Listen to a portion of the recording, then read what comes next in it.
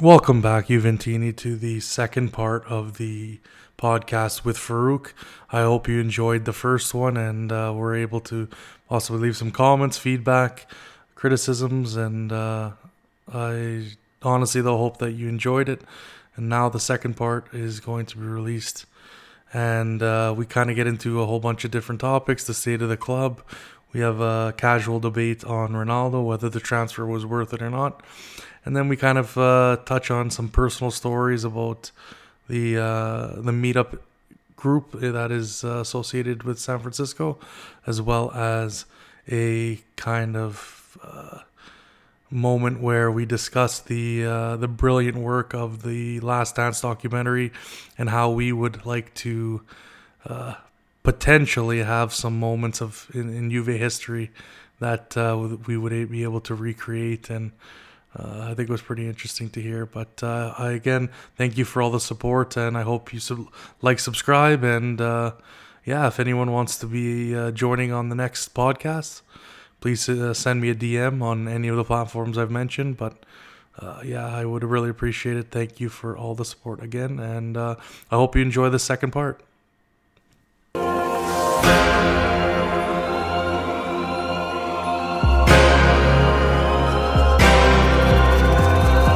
Swagger on point when I step in. Signs in the air for the gang that you're repping. Don't get brave when I'm stepping in the rave. If you show man love, everything's okay. So for a lively rave to have fun in. If there ain't girls in the place, we ain't coming. Middle finger up to the Jake, stepping in with the gang. Please tell the police they can't come in.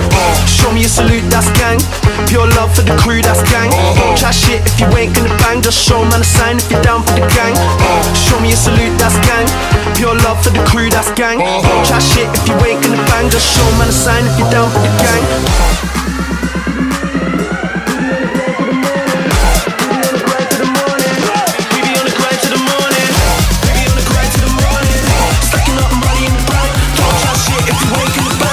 Man a sign if you're down for the gang. Can't fuck with the gang, we'll fucking protect. We be busting the clubs, cause you know that we can. Can't fuck with the gang, we'll fucking protect.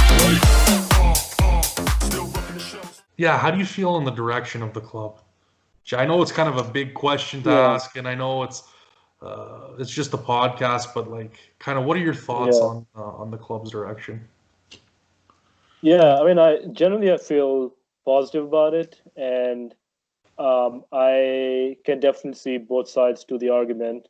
But what I tend to focus on is the following: one, that growing after you reach a certain point is hard. We got to the point where we're reaching finals of the Champions League and winning Scudetti year after year. And it's hard to take the next step from that because the competition is hard, um, and it is exponentially harder the further you go up. So from a sporting point of view, there's this roadblock that you hit, and you have to figure out a way to cross that. I think our answer has been that we will go and expand our commercial revenue. I'm not sure if we've done as good of a job as we could in exploiting that. We're no Manchester United by any means, and the other question is, do we want to be a Manchester United, right? Like, do we even want to Right. be kind of a club who's this big global brand, but I don't know if there's a lot of soul in that brand. Um, and I think the ideal combination for Juve would be to be a global brand, but also something that is authentic and something that fans who've been fans for 20, 30, 40, 50, 60 years can also relate to. Um, and sort of, preserving the history and being proud of the history while taking the step in the direction of the future. So I think from a marketing standpoint, that's the direction that we need to head into. I don't mind growing commercial revenue. I think the idea makes sense. I think the growth has been slow, and um, Ronaldo's time at Juve is limited. It's kind of hard to say what's going to happen after he's gone in terms of our commercial revenue growth, if we would, be at a point where it could keep increasing from there on, or whether it would stagnate at that point. So those are some concerns that that are there. I also don't know if we've done a great job. Like, this is kind of based on what little things I've seen here and there. Like, our social media team sometimes doesn't come across as the sharpest. Our right. Exactly. Yeah, I mean, I'm sure they're doing their job, and they're doing what they're told, but at the same time, maybe we're not giving them the direction that they need. That's also possible. Um, and then also our, like, Juventus TV as another other example, right? Like, the content is pretty lackluster for the most Yeah. part, compared to what other clubs are doing. So it seems like, even though we're big on marketing and we want to be this big marketing organization, that we're not really putting the resources, the quality of resources that are needed to do that. Yeah, and I think, it's funny, like I think you said it perfectly. The brand is pulling back with the authenticity. And I think you just, like you said it perfectly. And really what we didn't get into last time on the podcast, and I think what you're saying, like you put it perfectly, is that we're really looking at a management that consists of men that are in their mid 40s, okay? And no offense to Paratici and obviously Nedved, he's a legend, and Mhm. Agnelli, our owner, right? But you have a group of management that is in their mid 40s, and you don't really. Obviously, we had the Palace drop, which was highly successful, but I think that was more of an Adidas thing than a Juve thing being pushed. And I think Yes. Palace kind of wanted to get involved with that, and that's kind of how it happened. I don't see kind of a vision of a brand that I think a lot of people push the word brand, but and I'm not trying to sound like a smartass, but a lot of people don't really know what they mean when they're talking about brand. Like, to Mhm. say that Juve is going to get into a level of Nike and Adidas is not really realistic, I would say. Yep. I think if they want to hit a good place as a brand name, they have to be doing a lot of the things that the Louis Vuittons are doing, the Palaces are doing. I don't know if you know about Supreme, but these guys are all collaborating and they're all dropping certain merch on and they're selling out instantly. Okay, like Yes. sneaker culture and kind of style in today is so important, especially to, well, I mean to everyone. I mean to the younger kids, to mid 20s, in their 20s, in their 30s. I know people in their 40s. So it means so much where we're not really hitting on that level. When we do one drop a year, it doesn't really move the needle one way or another, right? And I just Mhm. find it's the use of brand as an excuse to somehow play to companies that believe they're a friend, that they don't want this image of ultra, or they don't want this image of average Joes going to the stadium, paying 15 euros a ticket and screaming their hearts out for the whole game. So I think, like you said, it's a perfect. We got to find this balance, and I think we've been having a real difficult time of it as Mhm. well. In the club, I found that the passion has also dropped. And there was an interesting conversation on Twitter about the 14-15 team that obviously went to the final and lost to Barcelona. And, you really look at how they played, right? With such a passion and drive. Like, the game against Real Madrid was just unbelievable. How we knocked them Mhm. out. And to go to the final. Like, unbelievable, right? And I just think that even though we've increased the talent of this squad in all aspects, I would say, I still believe that that team would kick the shit out of the current squad we had, like handily. Hmm. Just because of the belief, just because of the passion, the team was united. I don't see that right now, and I think that comes down straight from the top. I seriously believe that the club has taken our position for granted. Being so far ahead, and people are like, no, but other teams were getting record point totals and all. I don't think we even cared about that. Like we were, it was in such a robot. It's in such a robotic state that we literally came back from 15 points down to win the Scudetto. Right. It's and then that turns into the complacency, and then Hmm. the players don't take things seriously anymore. And if we were in the golden era of Serie A, I don't think we win 8 Scudetti in a row. You know, Yeah, and that's true. you know when you can like kind of thoughts in my head. When a club can minimally change our squad, right? Even leaving the massive gaps that we knew we had, and that we needed to replace, let's say midfield, add center backs because we're aging, and still win. Like your mentality just is like we are invincible. And then every time the past couple of years we would go into Europe and that goes away. And even with Ronaldo, Ronaldo, as much as I give him shit for missing sitters here and there and this and that, I mean he can only do so much. You know, we like to celebrate now these games like Atletico, like comebacks.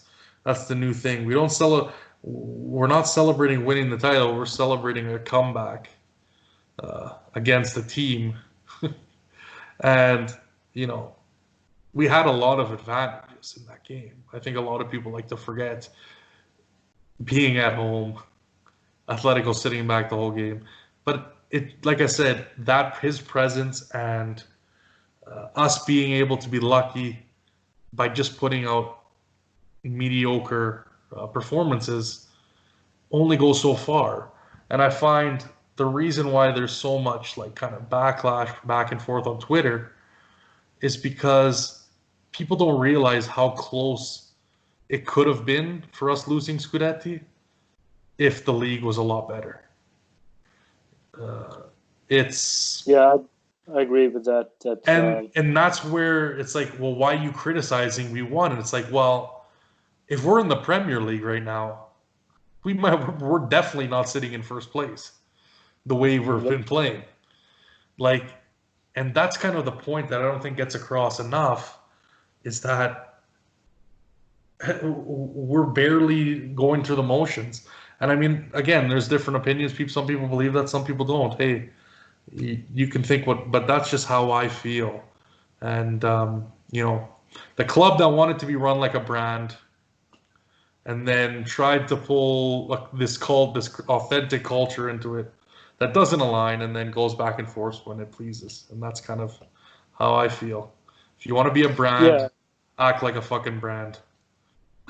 Well, I think the thing with brands is that it works the best if there's passion behind it. So, and every step of the way, on the field, off the field, fans, everything, there has to be this passion, this fire, and I'm not seeing that right now with the team, with the squad. We a lot of our performances are pedestrian, as you said, and even the players we do have right now should be able to give much better performances than they do on a regular basis. Sometimes, occasionally, they do give out good performances, but they're kind of few and far between. So it's hard to put your finger down on what is missing. Like, do we not have people who are super motivated in the team, in the squad? Is it something Sarri's not be able to fire up his squad? Is it a system problem? Do we not have the right players for the system? And maybe it's a combination of all those factors, and like you said, that we've had to make sacrifices because we've bought players, we've spent money on Higuain and Ronaldo, and we've spent money on wages for a number of players, including free transfers. And as a result, we've had to make sacrifices. We haven't filled up the midfield gap that's been there since Marquisio, Pogba, Pirlo, Vidal days. And I think all those factors have played a role in terms of where we are, and what we need to do is, in my opinion, to look at things holistically and rather trying to, put band-aids on here and there, like to look at things holistically and figure out, well, what is the next right thing to do, and keep doing that and take it from there. Have some kind of a vision, and then follow that. And I think, someone on Twitter said it perfectly. And many fans are at a crossroad with this club. It's harder to follow day-to-day business because it's just far out of tradition. No identity anymore. That's why there's so many problems in the locker room. And I think, that stems as well. And again, no one wants to admit the defeat in the horrible decisions. And then they play the Plus Valenza merry-go-round, which get rid of some players that, have our significant impact. And I think if they keep it up like this, it's essentially, and I know we're going to get into something, the next segment is going to be kind of interesting, but and it'll play on it, but I think in this period there was a moment where Agnelli took the gamble.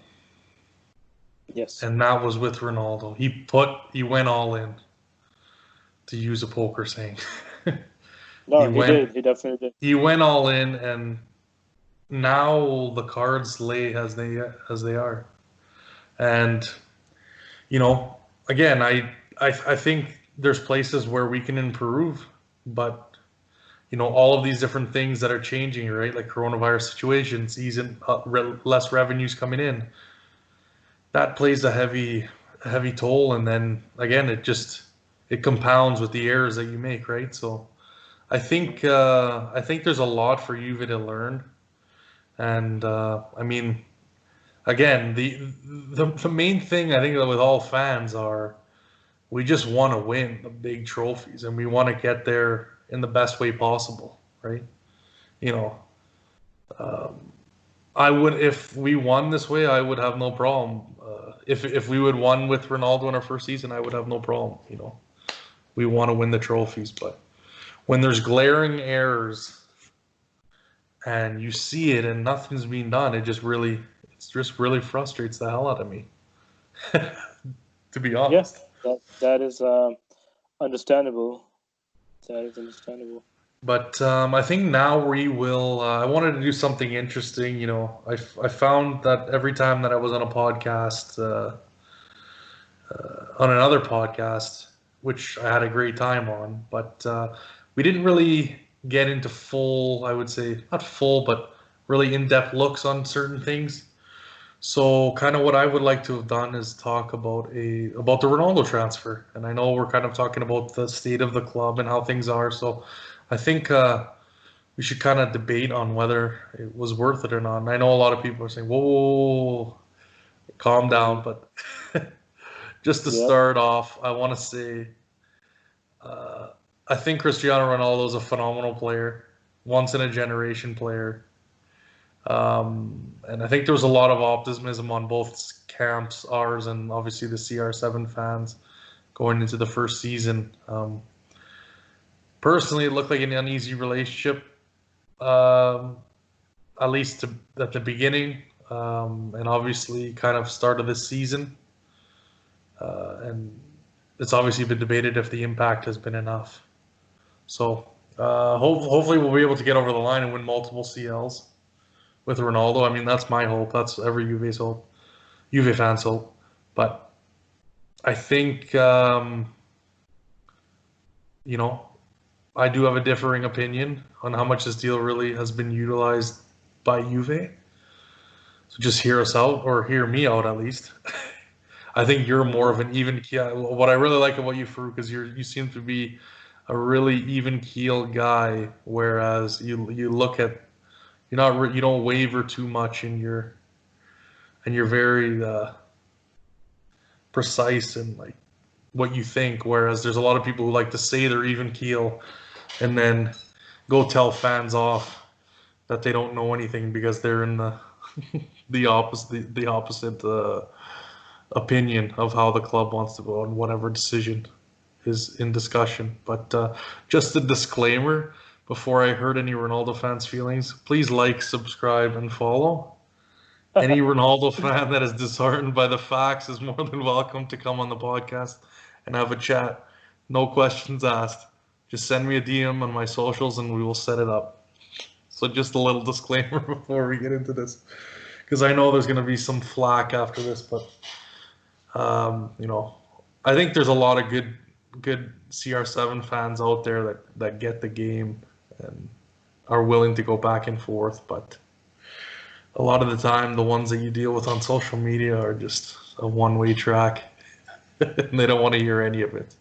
So, some of the things to consider, at least in my opinion, the money we put into it, 109 million, or just over 100 million euros, which was to be paid over a 1-year period, possibly in 2 installments. You look at last year and the financials were all right, so it's pretty nice to see kind of what went up, how much we were spending, how much more we were spending, and revenues did go up, 23.1%. But like you said before, costs also went up 19.6%. So we only really had a differential of a 5% gain, right? And in terms of those two figures. And obviously we finished with a net loss of 39.9 million. I believe we had about 458 million in financial debt, or 463 million in financial debt. Obviously that was there was various reasons why that had happened. Obviously transfer fees and stuff that we had to pay in terms of like admitted the rights to different players, and obviously the different loans and stuff we had. And this season we could potentially get sanctioned for showing what the first half financial showed of a net loss of 50.3 million. That's kind of disheartening for a Juve fan to hear that, right? Because you'd expect all the rosy things, all the numbers being positive and no negatives, right? So kind of what's your take against someone who's saying, maybe the money wasn't really, as well as a 31 million annual salary. I mean, those are pretty big numbers. Mm-hmm. What's your take in the contrary to what so again, I see both sides of the debate, and I try to be somewhat impartial, but in terms of what I understand about the amortization of the transfer fee, I thought it was done over 4 years, and but amortization also includes the salary. So if you add that up, it's still a pretty significant cost each year, like 60 million per year. Yeah. So that it's a significant cost. It's much bigger than what Juve have done ever in their entire history. That is true. So he literally went all in. I mean, that is a pretty accurate way of putting it. I tend to see I'm a bit of a romantic at heart, so I see the romance of having one of the best players in the world come to the club I support. Just I've been supporting Juve for over 20 years, and it just magically happened. So it was kind of had this magical feeling to it. I like it. Yeah. So I saw it from a very romantic perspective, not from a financial perspective first, or from like whether or not I like Ronaldo first. Fair play. It was more focused on we're getting this huge player. Like, I could not have dreamed that this would ever happen, and it's happening. That was kind of the first thing that came to my mind. Yeah, I have to agree with that. When they were bringing when all the news came up, I'm like, this is just some cruel joke. Right, right. This is some cruel joke to Juve fans to even Yeah, get back worse with one not winning UCL finals. This is the next joke that's right. coming up. But Yeah, and then two other points I would make. One is that it is possible, like a lot of times when companies try to grow, initially costs grow as fast or even faster than revenues. That's kind right. of a documented thing in corporate strategy. Um, and it may be the case that that's what's happening with Juve, but what is a little bit concerning is that, say Ronaldo retires next year, then do we have a plan following that? Like, how are we going to keep growing? Because if you say that, oh yeah, right now costs are growing, but we're not concerned about it, that means that you have a long-term projection that revenue is going to keep growing. Well, is revenue going to keep growing after Ronaldo's gone? I mean, maybe we're going to buy Mbappe or whatever, but who knows? But in the absence of that, is revenue really going to keep growing? That would be And and one I think concern. I think that's a good point to kind of maybe elaborate a little bit more on. That's kind of one of the things that I kind of was looking at, and like you said, is revenue going to keep growing? And I almost looked and thought, well, was revenue growing enough? Was the income really bringing in enough money for this so-called brand, this entity that we're adding to our club, right? Right. So, and if you look at the facts, right, like this season in particular, and I believe even a little bit potentially last season a little bit, uh, the stadium was empty, right? Like if you watch the games, Mm, obviously pre-coronavirus, yep. and it echoed in that half season report. Right. And ticket sales down about 1.75 million. Obviously, that's not over a full season because we hadn't finished it yet, and obviously things have changed now. But ticket revenue was down. Revenue from sales of products down 18.9%. Obviously, wages have increased this year because of the players we've added, 21.1%. And a lot of people like to say Ronaldo's brand is just like gonna bring us to the promised land. Like you hear a lot of people hyping it up, like, yeah, his brand is gonna bring us to the next level. And I don't see, I see an increase, but I don't see an increase to the level that a lot of people are talking about. Yeah. And you look at Adidas, right? And the deal we had before was at 23.25 million per season. This was obviously before the sales of merch kind of skyrocketed, obviously, as Ronaldo. A lot of people were like, "Yeah, well, we sold 100 million in jerseys." Well, okay, you could be right. The article could be right, but Juve doesn't get the 100 million in Right. revenue because they have a contract with Adidas and they have to pay for the product and they have to pay for the cost of the product and they'll get a percentage of that.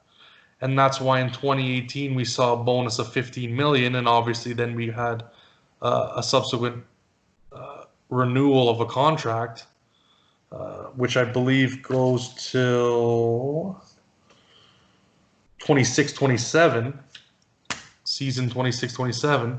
Yeah. And then that brought it up to 51 million a season, right? But when we're looking at a majority of the clubs that, let's say, and even clubs that we think were bigger than, right? Chelsea, Arsenal, you name it. Chelsea and Arsenal are getting at least 60 million pounds right now. And obviously, okay, a lot of people argue the Premier League because they have the marketing and they have the TV deal, it makes a difference. And I totally understand that. Right. I can take that into account. Man U's making about 75 million. Then you're looking at your Spanish teams; they're at least over 100 million euros per season each. So they're skyrocketing. And then you look at the next sponsor, right? Everyone was talking about, okay, like another Ronaldo big brand. So how I see it is, yes, okay, we've gotten M&Ms and Socios and that one energy drink company and so on and so forth, Samsung. But we needed our own Exor's own entity in Jeep through Fiat Chrysler to increase that jersey sponsor, right? And they needed to inject 25 million a season to bring it up to 42 million. Now, someone who's a neutral would say, well, if Ronaldo's this big brand, why aren't you attracting the whoever's, the Chevys, the Emirates, the Rakutens, the what's another? Yeah. You know what I mean? Like they're bringing significantly more money to these other clubs, and obviously, you have Barca, you have Real, you have Man U. Those are kind of like the big, obviously, following as well as financially set up clubs, right? Right. So, and then lastly, because I want to hear your opinion on this. Obviously, I don't want to just keep rambling on about numbers.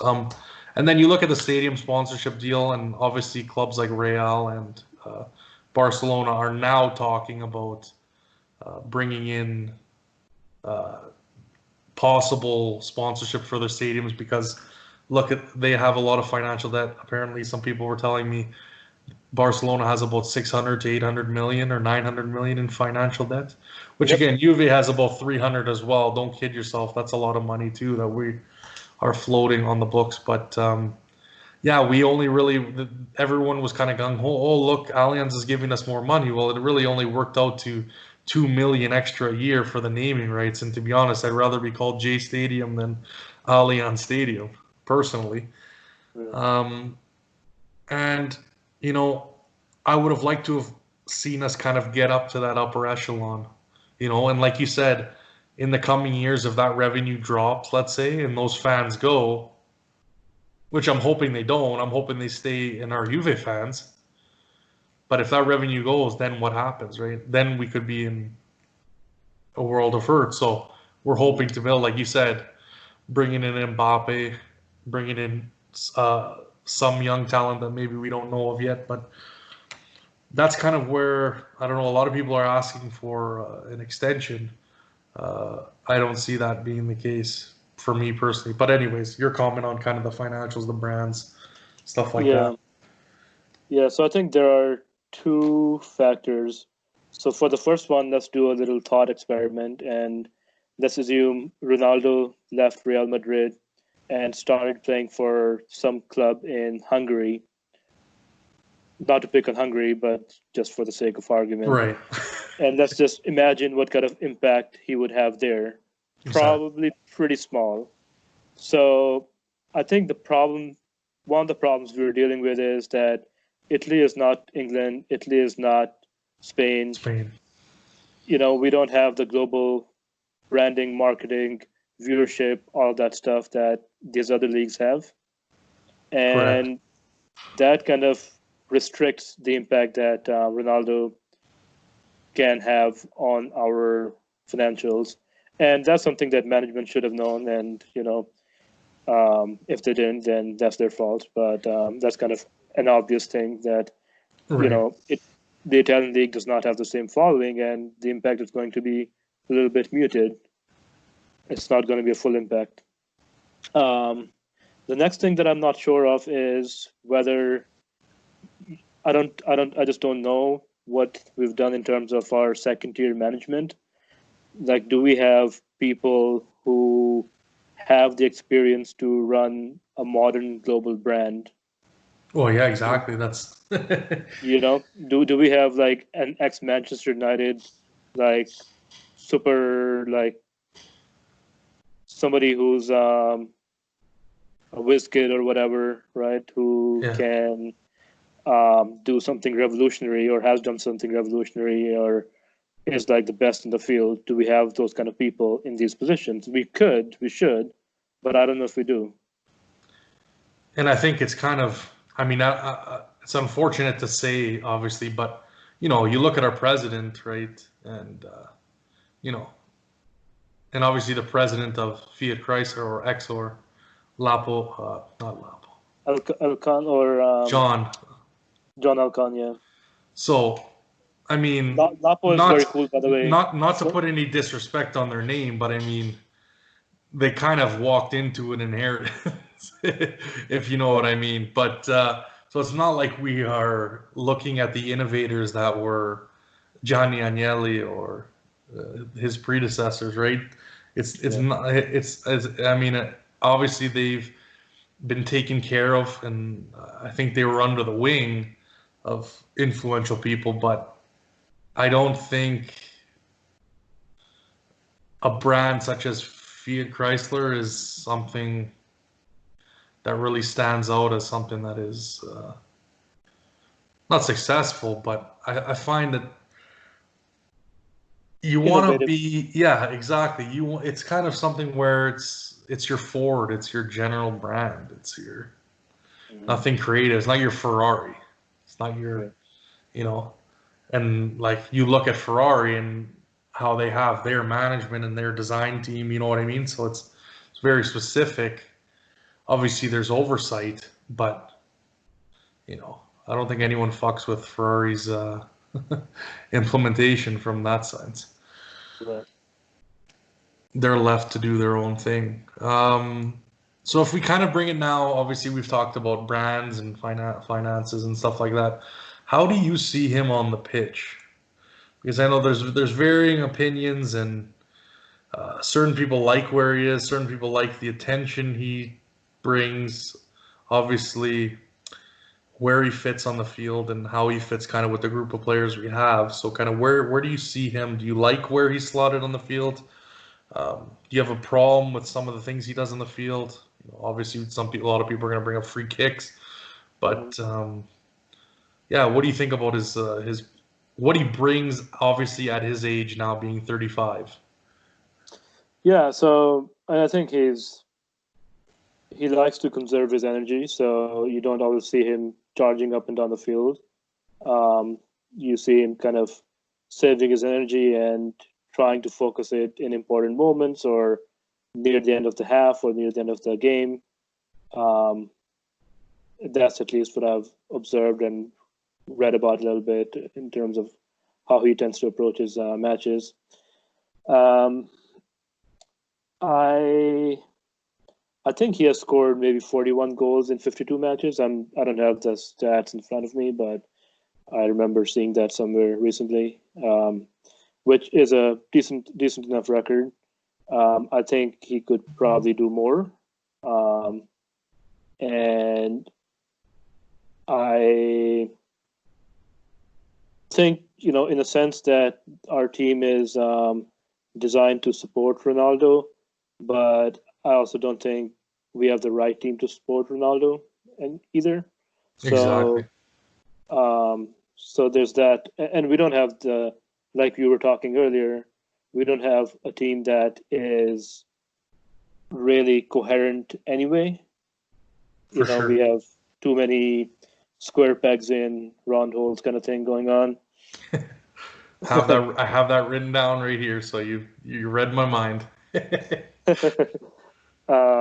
So it's hard to kind of blame it on Ronaldo. I mean, I think he's done his job as well as he could for the most part, like 41 goals in 52 matches Yeah. or something close to that isn't bad. I mean, like for goals, I can give you his stats. So 15-16 season, he had 51 goals. 16-17, 42. 17-18, 44. 18-19, which was his first season with Juve, he only scored 28 in all competitions. But again, getting used to a new system, I can understand that. yeah, The defense, the tactics are a lot more yeah, stringent in Serie A compared to I think a lot of other leagues. So it kind of makes sense. He was going on for a pretty good pace. 25 goals so far this 1920 season, and it seemed like a pretty good pace. So you could say not as usual, but again, he is getting older, and I think it would be right, foolish to think. You see a lot. What I notice a lot, Farrukh, is and I'm going to comment on one thing that you mentioned, which is kind of key. I notice it's the way I think he believes he needs to be in a spot doesn't necessarily coincide with kind of what we need.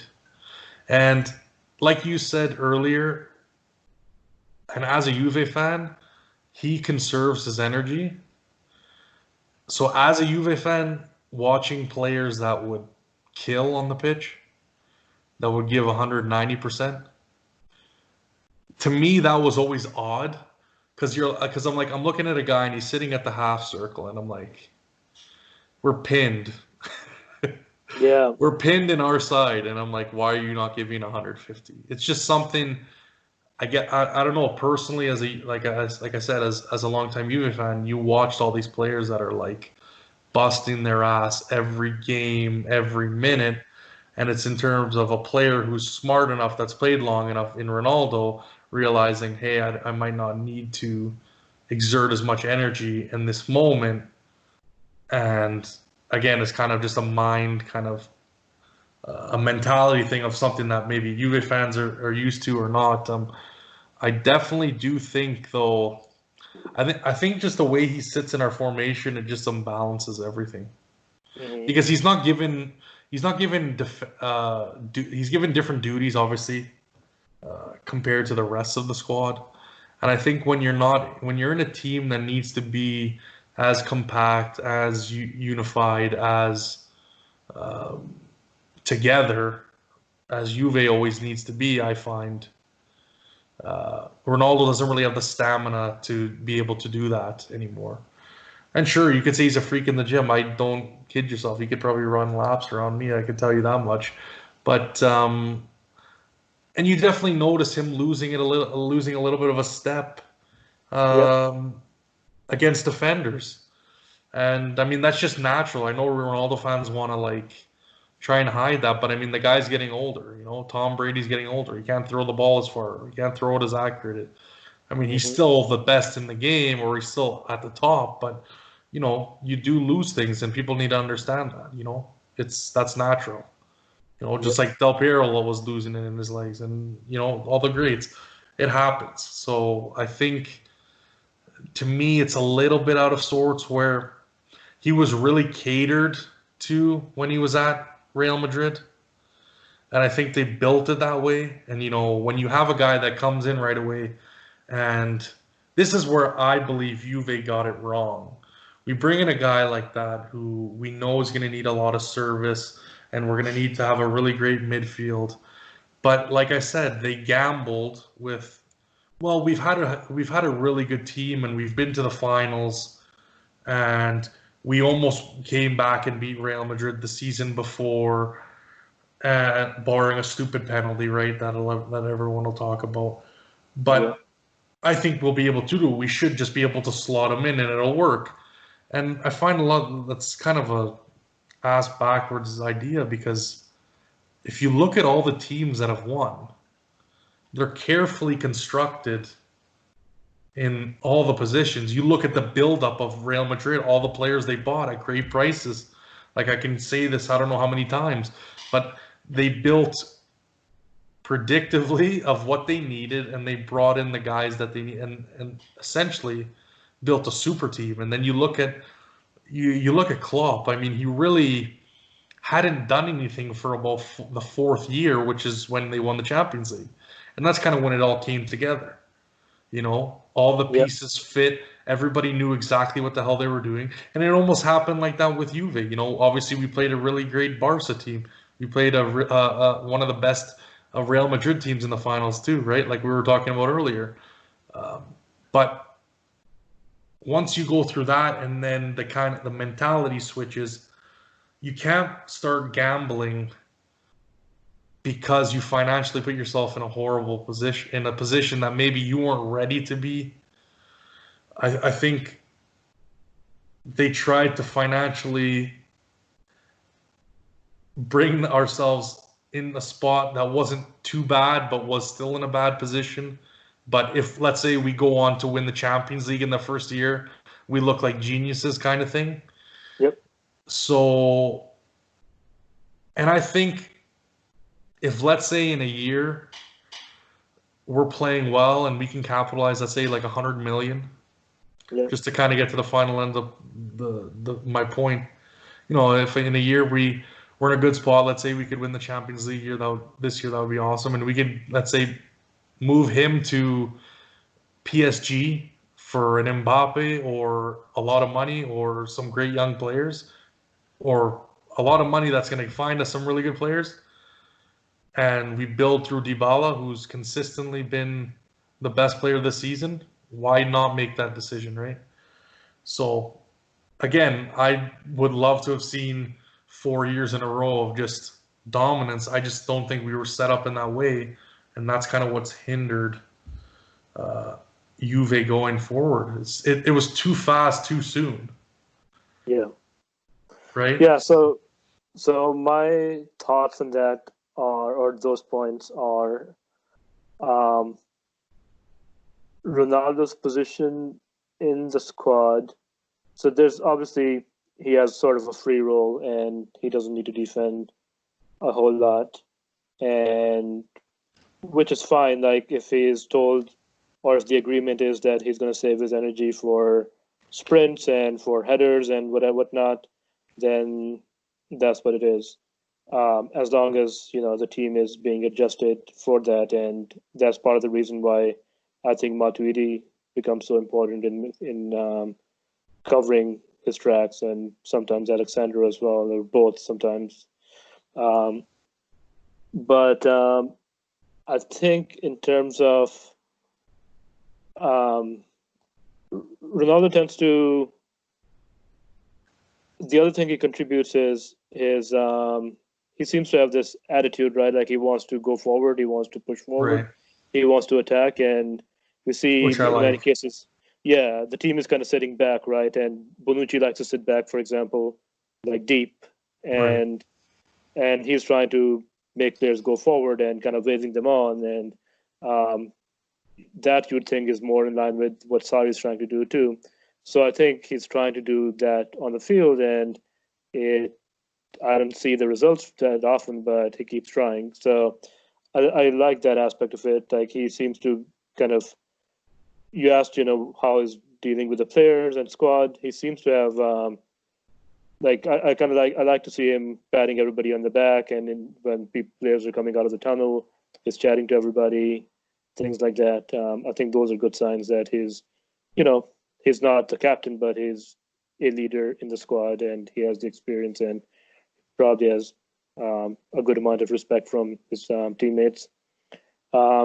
And he lifted Dybala in a really tough moment, which was nice to see last Yeah. year. So That was great. The mask, the see you thing, right? And I don't think we will realistically be able to sell him at this point. He's 35 years old, unless he goes to China or something. I don't know if we'll actually sell him. I think he'll probably end his career at Juve, from what I can see, unless yeah. he goes to MLS at the age of 40 or something. But I do think that we need to cultivate new players, and I'm kind of excited by the idea of Kulusevski and Bentancur next season, and maybe we get a Tonali or a De Jong or something to add to that, and that could be a pretty interesting young squad, and that could be kind of an exciting prospect for us to look forward to. And Dybala, obviously, I think has a lot going for him, and he, I think if he wants to be the leader of the team, he could be and should be the leader of the team. So you don't think there's any chance of an extension? Because I know there's a lot of people that have been talking about, yeah, you have to give him an extension. You have to give him an extension. And anecdotally, I think if you take any game that we've won, lost, or drawn, you really can see the difference that Dybala is making, and that's really who we should be building around. So I think I agree with you. I think if he plays it right, which I don't know. I mean, I don't know in his camp what they're thinking, but yeah, I think Juve, if they're smart, either you let him retire. I don't think you can sign him to another contract. I think if you do, you're really going to hamper yourself Yeah, I to mean, you financial know, ruin. I think unless like things are going in that direction, right? Like if they have certain metrics and those are being met, so financially we're hitting our goals, and Ronaldo seems to be in the kind of shape where he could continue to be on the field um, pretty often past his current. For sure, for sure. And yeah, so I think that was pretty good. That went pretty well. No one's we didn't get too heated, which I like because I find that happens too often on Twitter, and there's literally no one you well, I think there's a couple handfuls of people that you can really have a good conversation and not really get your emotions too fired up about it because it's at the end of the day, this is for the club. We want to see it in the best position possible, and I think it's fair to question kind of the decisions that they've made and kind of the direction they've been going in, especially with this move. And like I said, I have nothing but respect for Ronaldo, and I just hope that we can be very successful with Ronaldo. That's about it. If it happens that we need to move on and we haven't won anything, then so be it. But I just hope that we can build a foundation to significantly improve our chances of getting to Champions League finals and winning Champions League trophies in the future because of this. And it's still a wait and see, right? It's only Yep. been 2 years, and yeah, so I guess we got to play it by ear, see what happens. Who knows if PSG will offer anything or not? And uh,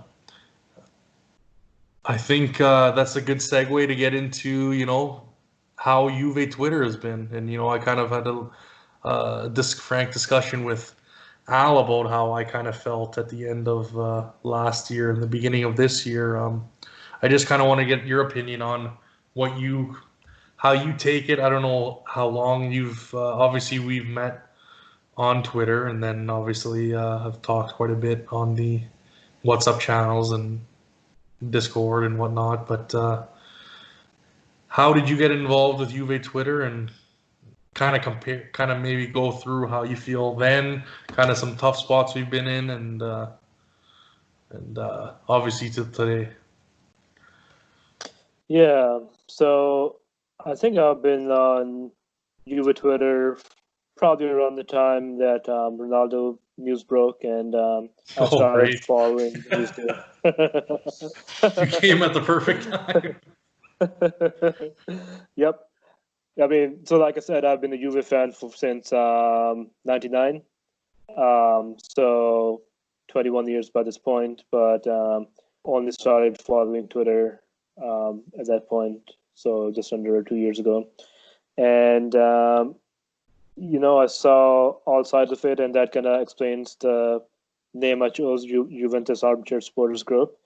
And it kind of struck me that there was just like, I guess, like Twitter in general, there's people kind of hurling all kinds of things at each other, and without necessarily sticking to the facts or caring about each other's emotions or anything like that. And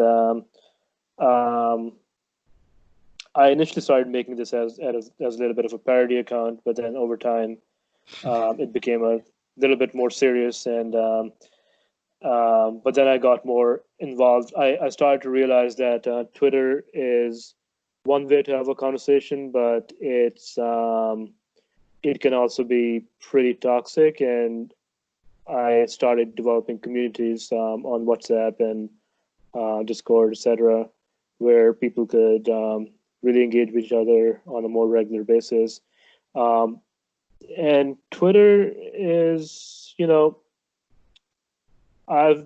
for personal reasons, I've been off Twitter for the most part in the last few months, and um, I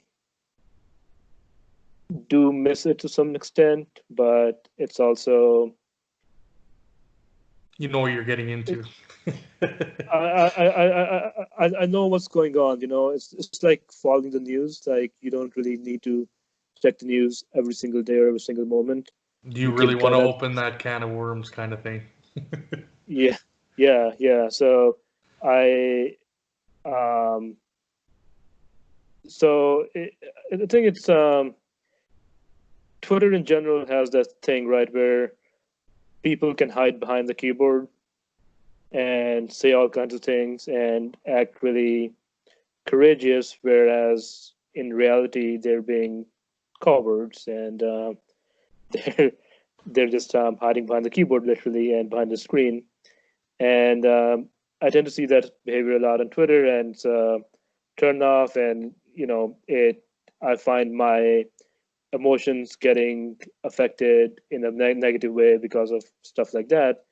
And it's not even arguments I'm involved in; it's the argument other people are involved in, and you know that get heated up. And I just think to myself, like, what are you guys doing? Why do you guys keep doing this to each other? And um, so, Yeah, I you know, agree. Twitter, yeah, I mean, while it's a great platform for discussion, I think a lot of times it ends up just, you know, when people start to argue, since it's a public platform, people try to, people start to act up and they stick to their guns, and you never actually change anybody's mind.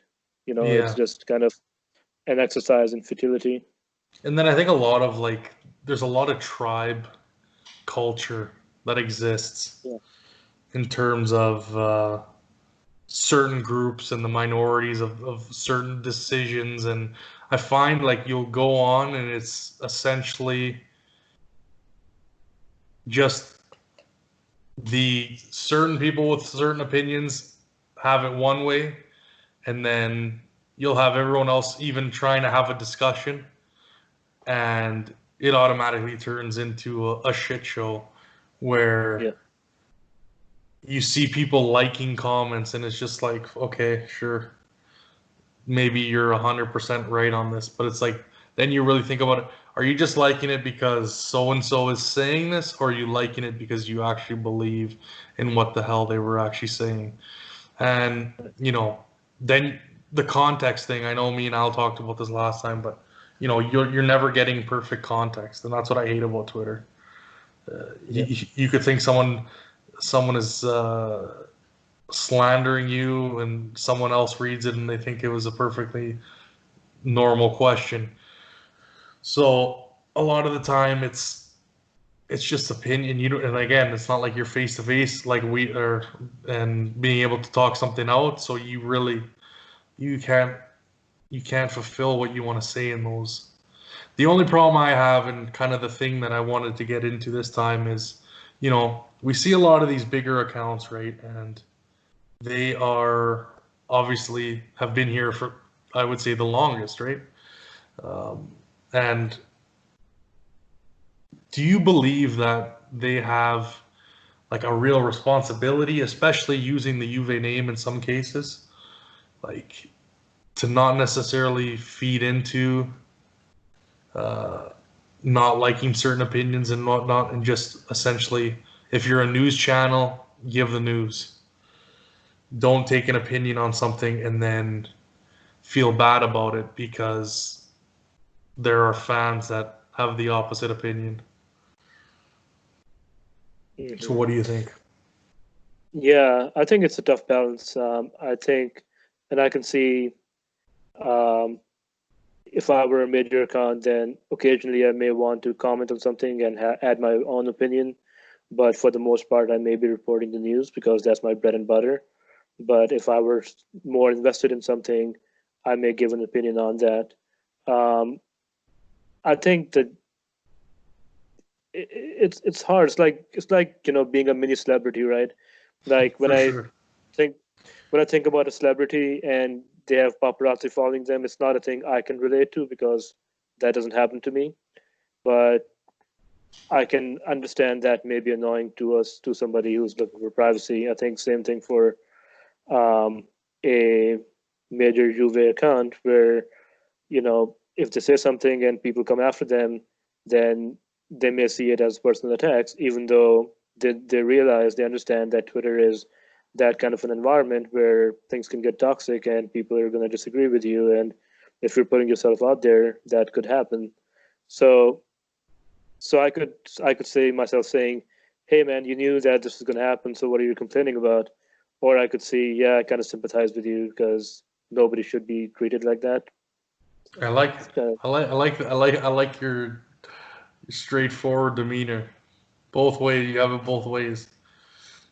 yeah. I mean, I think it's not black or white in this case. It is. It's it's very gray.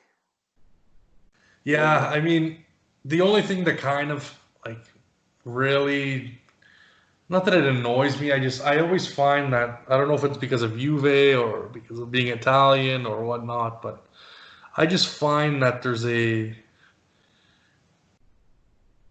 a fine line between asking for fan support, you know, asking for people's money to build websites or to help the podcast or to buy merch, and then on multiple occasions take the piss out of fans, shit on fans because they agree or because they're consistently negative or whatever the case may be, right?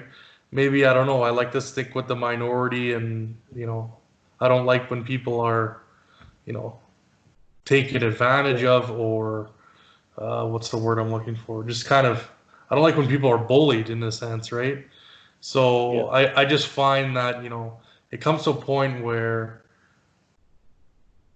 if you're asking for all this support, and, I've talked to multiple people about different things, and I'm not going to get into specifics because, I'll wait to have those people on to kind of get into that. Hopefully, I'll be able to get some of these big names that, I've disagreed with on certain things, but um, I think it just comes down to being humble and accepting the fact that, yeah, you are a platform, but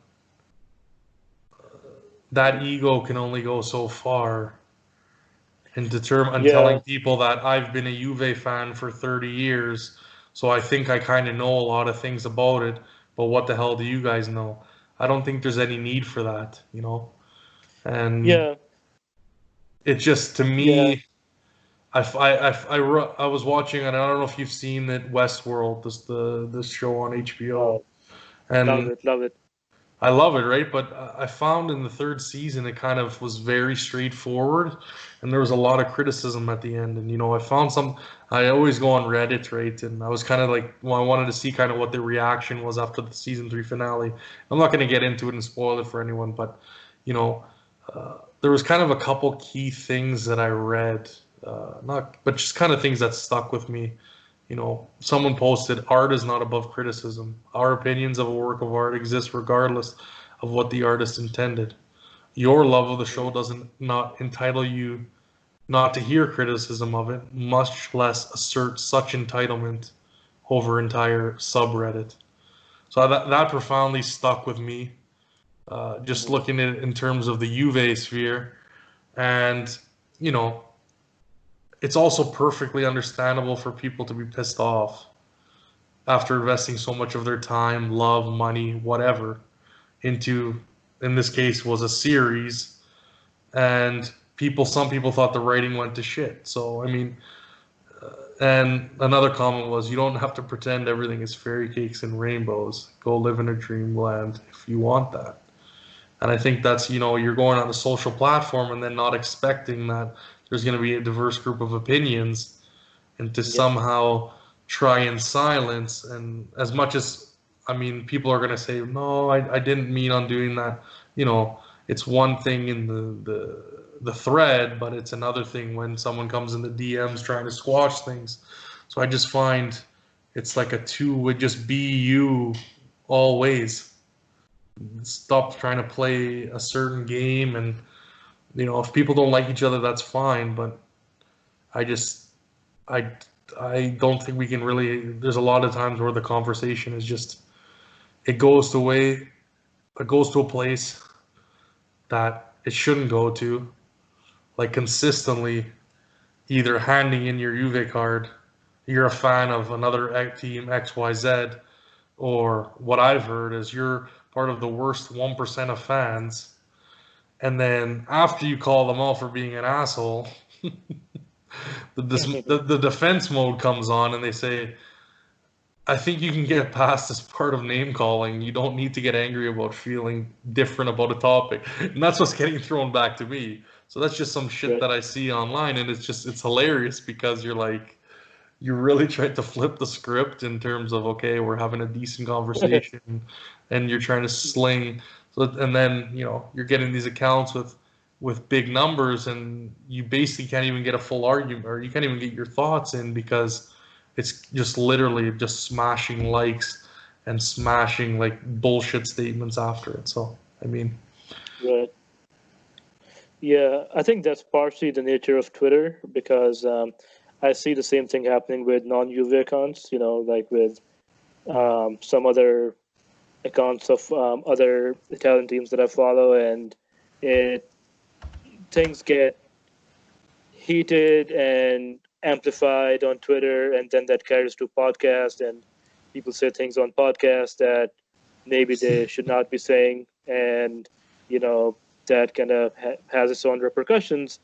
And um, what I think another thing that made me interested in was long form, and so I started this blog where I invited a bunch of Juventini that I knew to write along with me. And so, even though we didn't have a lot of readership, but it was a project where we could get our thoughts out and discuss that among ourselves in a way that's different from having a discussion on Twitter, where you have all this noise and all this, little nonsense. bombs being thrown, this nonsense. Yeah. So that's another way I try to deal with it. But I Twitter, I can totally understand why some people give up on it or minimize their participation in on Twitter. I think it's one of those things where it's like you enter at your own peril. Yep. No, I think it was in such a good place though. I think it was like, especially in the early years of us winning, and it just seemed like a great. And then it just seems like, I don't know about you, but like the CNNification of news, the Yeah, new age yeah, of clicks and headlines, yeah, and you even look at what happened with Barzagli. He leaves on his personal terms, and literally for about 3 hours that whole day, everyone was trying. Oh, these different news outlets and some Juve fan accounts are trying to make a controversy out of it, when literally, the guy just wants to be with his family. It's been a tough time with coronavirus, and that's all it was. So and then again, the different misreporting on the horrible reporting of Davide Astori's unfortunate death. It really just, I don't know. I think, like you said, I think Twitter is great and it's horrible at the same time. yes, And you really just need to take, and personally what I've learned is I just need to take time off of it, because it literally can just get to your head and yeah, make you not want to support a club that you've loved for yeah, 90% of your life. yeah. I, I think when you enter, or for me, when I enter Twitter, I have to do it in a place where I feel kind of strong and Yeah. balanced. Because if I'm not that, then it's gonna throw me off. So Yeah. And that's I how I and I feel. want to briefly just say, I know I keep kind of harping on this, is just that I find that, sometimes I don't say it necessarily the right way. I think today it came across kind of how I wanted to say it, but I think, I just keep noticing these things like on a daily, on a daily. Hmm. So, Yeah. but you know what? I think we'll end that kind of, I guess you could say, a negative note. And, at the end of each podcast, what we kind of do is what I thought of doing last time was a kind of a story time of kind of when you've gone to the Juventus Stadium. Now, you've told me that unfortunately you haven't been to the J Stadium, and I wish you do get to go hopefully very soon, and I think you'll have the time of your life when you do go. Um, so I kind of something that I wanted to get into is just tell us a little bit about the Juve scene in San Francisco, kind of why because I know you do a lot of the planning for the meetups, right? So just kind of give everyone the information about that and how often you guys usually meet. Obviously, pre-coronavirus, but and kind of what's your thoughts for the future, and you guys want to become an official fan club and just go from there. Yeah, so we work closely with the Juventus club, Silicon Valley, which is in South Bay, San Francisco, and since they are already a major official club, we have not made an effort to be another club that competes with Okay. that in the vicinity. So what we've done is we schedule our meetups through their meetup account, and they already have a bunch of people in their network in San Francisco, and so we've kind of piggybacked on that. And I organize the meetups. We show up to a local pub, which is actually, I think it was on the verge of shutting down for coronavirus, so I'm not sure if it's still going to be there Oh, by the that's time all said and done. Yeah. Um, and we do it for most matches that are at a reasonable hour um, on the weekend. And sometimes we do the Champions League matches on weekdays if we have people capable of showing up. And we've been doing it for since the beginning of last season. It's gone pretty well. It's a small crew, but we're passionate. We get maybe 10 to 15 people for the bigger matches. And so, compared to the clubs in SoCal, for example, it's pretty small, but it's good to have some other people to watch the matches with. Yeah, so that's definitely. yeah.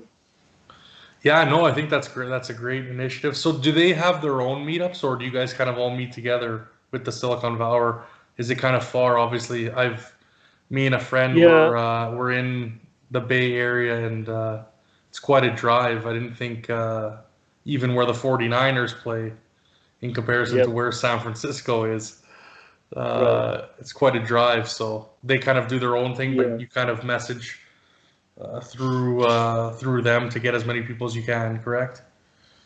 Yeah, I mean, and we have a little WhatsApp group that we kind of use to coordinate as well. And but yeah, they have their own meetup down south from where we are, and they have a pretty decent attendance there too. There's also a Juventus Youth Academy here in the Bay Awesome. Area. So yeah, so there's a good presence. All right, and just kind of a closing, kind of a closing remark. There was obviously everyone has kind of been hyped on this Last Dance documentary that has been on Netflix and documenting obviously the final season of Michael Jordan's career and kind of discussing the key pieces to their championships and also an in-depth look behind closed doors of what was said and a whole bunch of interviews and stuff like that. So the one kind of thing I ask you, and I know we've been going for a pretty good podcast today, but what moment would you like to see to get an in-depth Mm. look, interviews from players? Obviously, this would be something that takes place, in the future. But what would you like to see? What kind of moment that you'd like to have an in-depth look mirrored in something similar to a Last Dance documentary? So something that will be done in the future based on something that happened already, correct? Yes, exactly. Yeah, I mean, I think just in terms of you know historical relevance from my time as a Juve fan, I think Cinque Maggio, 5 May, is Yeah, probably going to be the it's probably going to be the big that would one. be interesting. That would be interesting. That would Yeah. that So would definitely be interesting, especially because then it would just be enshrined to haunt Merda fans for time. exactly. We would have something permanently talking about it and just to make them Yep. feel horrible. I like it. I like it. Yeah, no. For me, there'd be a few things, Obviously, if they could do something with the three Champions League finals in a row, obviously winning the first one in 95, 96, to then losing the next two and kind of seeing uh, how, you know, you could almost say they choked in a sense. Mhm. But you look at the teams that we've lost to, and they were very beatable in Real Madrid and uh, Dortmund. So I think that would be very interesting to see. Also, what I really want to see is like the season where Cardiff happened. Yes, And I wish they had a camera in that locker room, and I wish they could just for one episode just play exactly what happened in that. So all of our definitely. fucking minds could be cleared and we know exactly what happened. And you know what? If it was just that they were exhausted, like Helini says, we're all at Mhm. peace. Yeah, I would actually like to read something for you. Okay. Um, this may, given Chiellini's comments, I found this interesting because after that match, Allegri said that the team let go psychologically after conceding the second goal. And he said that even if Madrid had a good second half and have excellent players who can change the game at any moment, the second goal knocked the wind out of our sails. They raised the tempo as we were the ones pushing Real Madrid back in the first half, but in the second half we couldn't play our way out of defense and they kept pushing us back. At that moment, we should have taken out the extra energy to push hard and keep the game open. As we know, Real Madrid leave you the chances to score at all times, but we conceded the third goal, and that was really damaging. There you So go. it seems pretty kind of accurate to me. I'll never believe it. I'll never believe it. I need to see. I need to physically see it. No, it's. I mean, you know what? You could be 100% right. It was just we got beat by a better team, and I that mean, was just and it. not even to say better, but like I think they were psychologically tougher and more resilient. That's Maybe true. that's like because it's one thing to because think about it, right? Like we think that we're winning the Scudetto and we're good, and we believe that we're invincible in Italy. But did we ever believe that we're invincible in Europe? And Real Madrid did. Yeah, that is true. See, that's what I like. I think they were able to always go in and not say talk about not winning, and that's another thing with our management where we would always make an excuse about, oh well, it's tough to win. Real Madrid doesn't go into finals thinking, well, we might win the final. They go into the final thinking they are going to win the final. Right. And I think that's another big mentality, big piece in the mentality of Juve that needs Yep. to change. And hopefully, I like everyone says, we only need one. Once you get one, makes it a hell of a lot easier. Right. Makes it a I hell of a mean, lot easier. look at how the kind of cred Klopp has now. Before that, he Exactly. was this loser dude who couldn't win the Champions League, right? Exactly. And now he's like everybody wants him, and he's just the superstar manager. Oh, and last thing that I did forget before we finish up. Um, Someone asked a question, and I know you've probably stated it and you've kind of discussed it in pieces and sections about your Juve fandom. Someone asked how you got involved. Obviously, we've talked about the transfers, who we want in and out, but the first part of the question from Mohammed was, how did you become a fan of Juventus? And yeah, could take the reins. Yeah. So I have an odd story because I grew up in a place where I did not get the Champions League on my TV, but I used to catch it from across the border, and it was a kind of a blurry signal, but that was the best I had. And I was watching the 99 Champions League. I think it was the semis against Manchester United, and I think Inzaghi maybe scored a double, or at least he scored one, and we were in a pretty good position. And then United came back in the second leg, and we ended up getting knocked out. And Yep.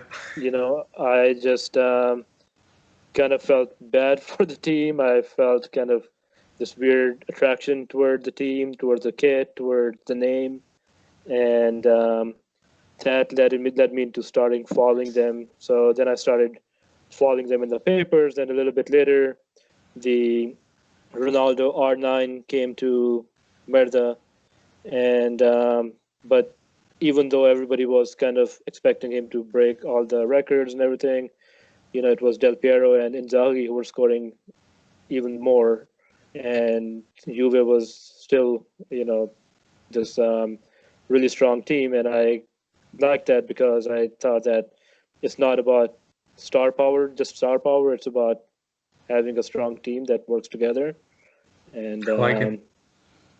yeah. So those were kind of the influential moments, and then since then I've been following Juve as much as I can, and whenever I have been able to watch it on TV, I did that. And then they got you hooked and depressed. Yep. Yeah. Yeah. Exactly. Like all of us fools. But yeah, no, I guess for me quickly, I know I've talked about it obviously on Al's podcast, but it was more of just being familiar, being pastures. He's obviously having uncles who played soccer or calcio. And obviously there's a team, Juventus. One of my uncles played for a team called Juventus Calgary. Obviously a bunch of Italians set it up, and yeah, just kind of, I guess you could say, being brainwashed, getting Del Piero jerseys, the kind of knockoff ones that are at the flea markets, and being kind of going through ups and downs of not being able to get coverage, having the rights, certain channels having the rights and not, and then obviously up until now, from I would say the late 90s up until obviously today. I've really been a fan, stuck through some of the bad times that we've had, but it's nice to have a community that we do. And again, it's not necessarily just about the trophies and winning. It's more about a passion and camaraderie and being able to meet fans. And when you go there, I hope you do get to meet up with Maurizio and meet all the Juve fans that are there, because it is a pretty special moment. And I still talk to a lot of the people that I met on that first trip that I talked about last time. So I hopefully will be able to go back soon. And yeah, man, it's been a hell of a ride so far, and hopefully we can get some silverware this year. But is there anything else you'd like to talk about, Farrukh? No, I think just to say that, we've talked about a lot of issues, but also at the same time, just to think that where we've come since 2006, I mean, that was the real, the biggest depressing moment of all. And to come out of that to where we are today, that's pretty big achievement. And, I'm excited about the future.